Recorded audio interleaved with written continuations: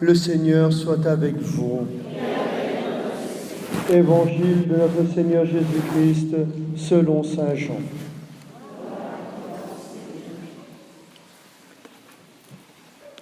Parmi les Grecs qui étaient montés à Jérusalem pour adorer Dieu durant la Pâque, quelques-uns abordèrent Philippe, qui était de Bethsaïde en Galilée.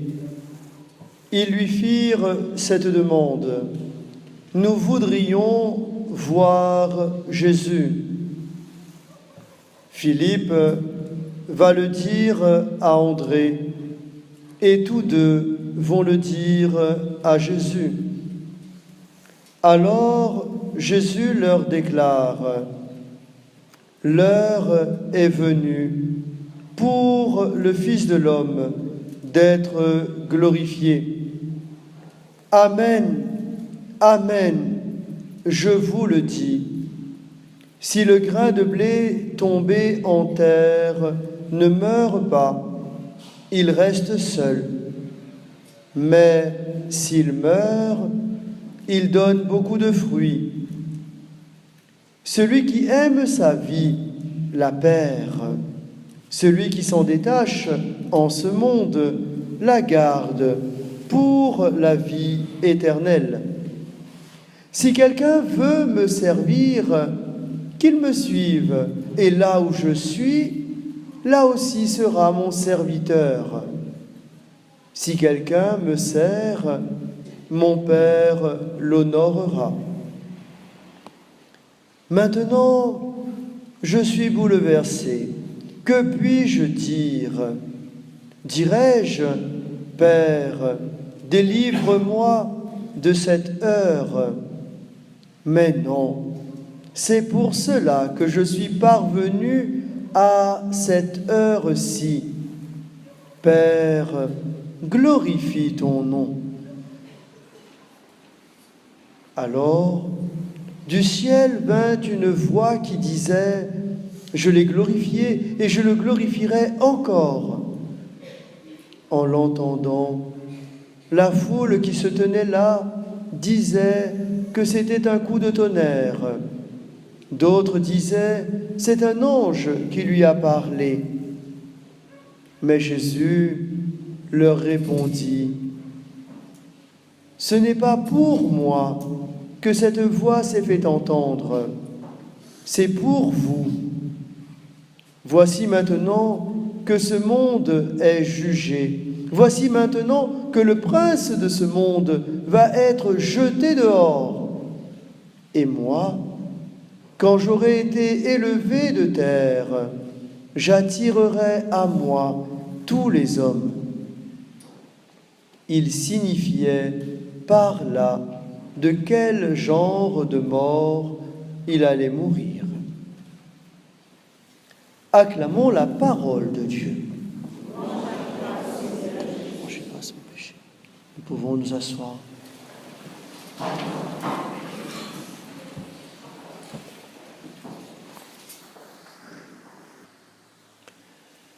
Au nom du Père et du Fils et du Saint-Esprit, chers frères et sœurs bien-aimés, à cette heure qu'attendait Jésus, cette situation a lieu juste après l'entrée messianique de Jésus à Jérusalem, où la foule l'acclamait roi d'Israël, envoyé du Seigneur à la veille de sa passion.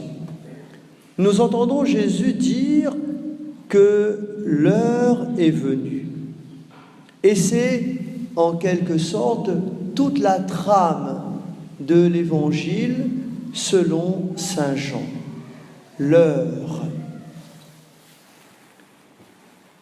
Alors qu'il nous parle paradoxalement de sa gloire et de sa mort. Lorsque saint Jean se réfère à l'heure de Jésus, il s'agit de l'heure messianique, de sa passion et de sa résurrection.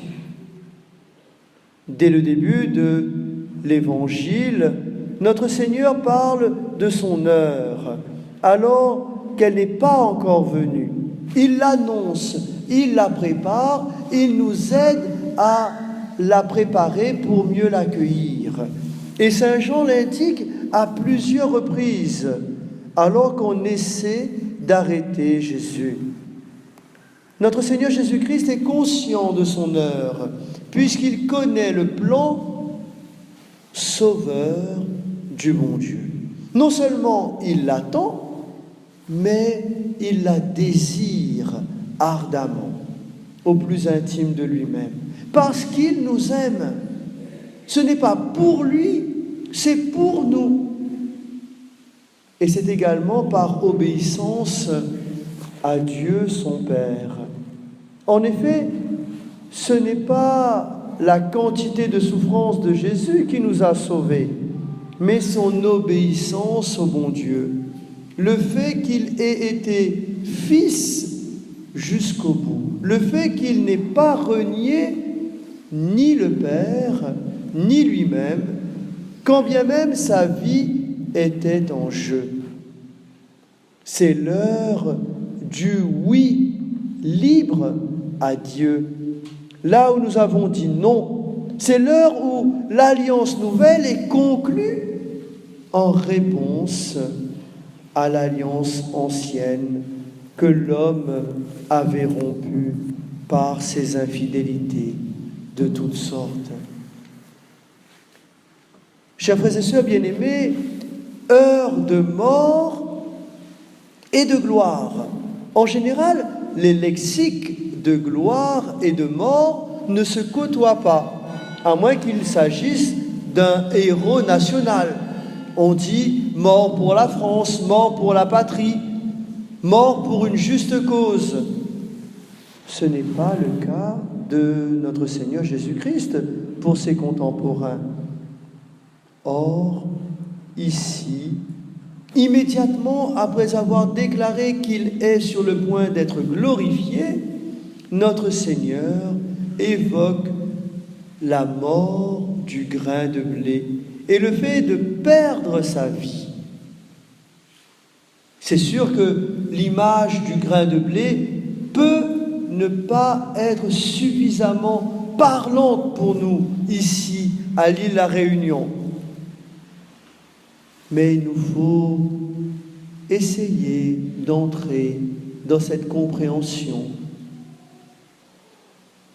Pas seulement agronomique ou agricole, mais vraiment une compréhension qui nous découvre la nature profonde et l'essence de la graine qui doit mourir pour porter du fruit. Son heure, c'est sa passion. C'est l'heure de sa mort. Jésus le sait bien. Il le ressent même dans son corps, puisqu'il en est bouleversé et qu'il serait tenté de demander au bon Dieu de le sauver de cette heure. Il nous faut nous mettre à l'écoute de la parole de Dieu. Lui qui est l'homme parfait, comment ne ressentirait-il pas parfaitement la moindre douleur physique, émotionnelle, morale, à un degré encore plus aigu que le nôtre? D'autant plus qu'il sait non seulement qu'il va mourir, mais chacune des douleurs qu'il va endurer. Il a conscience, et c'est là la beauté et la grâce, la grandeur de sa liberté. Il sait très bien ce qu'il attend. Dans certains cas de martyr, on n'imagine pas la souffrance qu'on va recevoir. Mais lui, Jésus, Fils de Dieu, Dieu lui-même, dans sa chair d'homme, a conscience de la souffrance qu'il va connaître, qu'il va endurer. L'heure est venue où le Fils de l'homme doit être glorifié. La clé d'interprétation de cette phrase, donc la gloire de Jésus associée à sa mort, se trouve dans ses propres paroles. « Car je suis descendu du ciel pour faire non pas ma volonté, mais la volonté de celui qui m'a envoyé. » Je fais toujours ce qui lui est agréable. Ma nourriture, c'est de faire la volonté de celui qui m'a envoyé et d'accomplir son œuvre. Voilà les deux clés de lecture, les deux clés d'accueil, d'écoute de l'Évangile selon saint Jean. L'heure et l'œuvre. Dans la Bible hébraïque, le mot gloire est exprimé d'une manière particulière qui implique l'idée de poids. La gloire est la valeur réelle estimée à son poids et non pas à sa renommée. Ce n'est pas une pensée, c'est une réalité qui est physique, dira-t-on. La gloire est la valeur réelle estimée à son poids. Dans ses paroles et ses actions, le Christ nous révèle son poids. La gloire de Jésus est de faire la volonté du Père, ce qui plaît au Père. Ce n'est donc pas lui qui se la procure. Il la reçoit du Père, il est glorifié par le Père. Et on pourrait dire ainsi, c'est une manière de parler qui dépasse notre langage, notre syntaxe, notre linguistique française. C'est un passif actif, si vous voulez bien. Voilà. C'est la richesse de la langue hébraïque, la richesse du latin et du grec, la richesse des langues que l'on qualifie quelquefois d'anciennes, qui ont plein de consonances profondes et plein de résurgences aussi. Pour être fidèle à son Père, Jésus agit en tant que Fils de Dieu, puisque c'est ce qu'il est. Alors nous aussi, dans la grâce du baptême, nous sommes fils de Dieu, mais pas de la même manière, pas de la même intensité, pas de la même vérité. Nous participons de la nature du Fils de Dieu. Nous recevons de lui cette grâce, mais lui, il l'a en plénitude, en totalité. Il en est rempli, il en est la matrice, le modèle par excellence. Jésus agit en tant que Fils de Dieu. C'est à cause de cela qu'il est condamné et qu'il est tué. Il ne cherche pas à sauver sa vie, il ne s'attache pas à une renommée, il s'attache à Dieu son Père. Son seul amour, son seul but, son seul chemin, c'est Dieu son Père.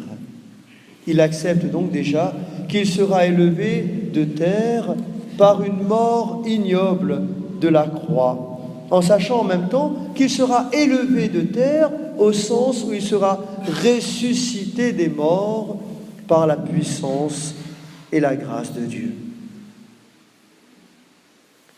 Prions, chers frères et sœurs bien-aimés, afin que nous puissions nous laisser gagner, nous laisser rejoindre de l'intérieur, nous laisser habiter et même enraciner par ce désir, par cette réalité du cœur qui nous associe de manière indubitable à notre Sauveur. Que nous puissions vivre intimement dans notre cœur et notre chair le mystère de la passion de Jésus pour recevoir les bienfaits, les grâces du mystère de sa résurrection. Son précieux sang vient nous sauver. Son précieux sang est le seul qui puisse nous donner la vie éternelle. Au nom du Père et du Fils et du Saint-Esprit. Chers frères et sœurs, nous sommes fils de Dieu. Nous sommes prêtres, prophètes et rois. Et bien que nous puissions exprimer cette grâce dans la royauté de Jésus, dans la royauté du Christ roi qui verse son sang pour notre salut, avec la Sainte Vierge Marie. Le Christ roi nous dit combien il faut choisir, combien il faut aimer, combien il faut souffrir. Demandons cette grâce par l'intercession de la Sainte Vierge. Je vous salue Marie, comblée de grâce. Le Seigneur est avec vous. Vous êtes bénie entre toutes les femmes. Et Jésus, le fruit de vos entrailles, est béni. Sainte Marie, Mère de Dieu, priez pour nous pauvres pécheurs, maintenant et à l'heure de notre mort.